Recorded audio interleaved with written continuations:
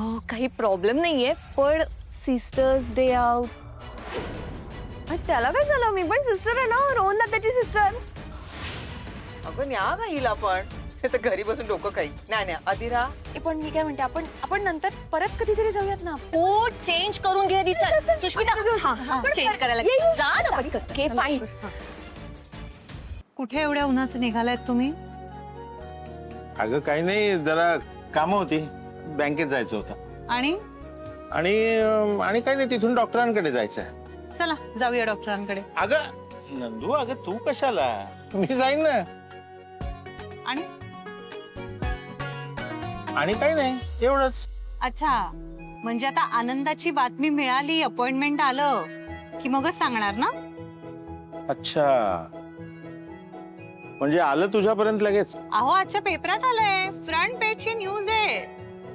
Mister Sarpotdar आता नोकरी शोधतायत. त्यांना 3 छान मोठी झालेली मुलं असताना त्यातली 2 तर कमावती आहेत, पण तरीही स्वतःच्या तब्येतीवर बेतून ते जॉब शोधायला निघालेत.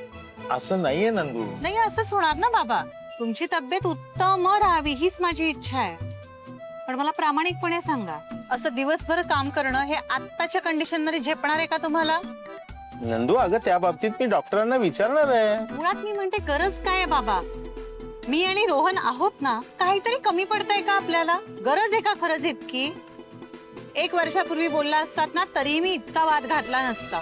पण गेल्या वर्षभरात बाबा तुमच्या तब्येतीचं जे काही चालू आहे त्यानंतर नाही. हा एकट्या रोहनवर ताण पडेल का सगळं? अहो एकट्यावर कसं पडेल बाबा, मी आहे ना. तुम्हाला माहितीये का, मी नवीन नोकरी शोधते आता. लग्नाच्या आधी खूप ठिकाणी मी अप्लाय सुद्धा करून झालंय, आणखी चांगल्या पगाराची नोकरी, आणि काही त्यातल्या ठिकाणांवरून रिवर्ट सुद्धा आलेत. मला आठवतंय, तू केसरी टूर्स अँड ट्रॅव्हल्स मध्ये पण ऍप्लिकेशन केलं होतंस ना? हो ना बाबा, त्यांच्याकडनं आज फोन. एकच minute.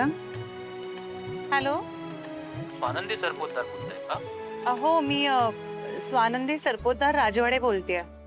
Me Kesari tours and travels मधून बोलतोय. हो, मी तुमच्या कॉलचीच वाट बघत होते. मॅडम तुम्ही प्लीज आज तासाभरात इंटरव्ह्यूला येऊ शकाल का? हो हो, मी पोहोचते, वेळेत पोहोचते.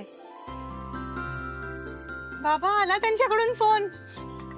अरे वा, इंटरव्ह्यू साठी बोलवलाय. काय योगायोग आहे नाही? नंदू, तू जा, लगेच जा, वेळेमध्ये पोच. आणि हो, डोकं शांत ठेव आणि छान बोल.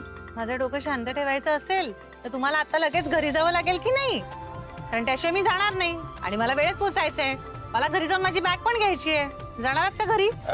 हो हो, पण छान इंटरव्ह्यू होणार आहे तुझा. माझे आशीर्वाद आहेत तुझ्या पाठीशी. थँक्यू. घरी जा आता.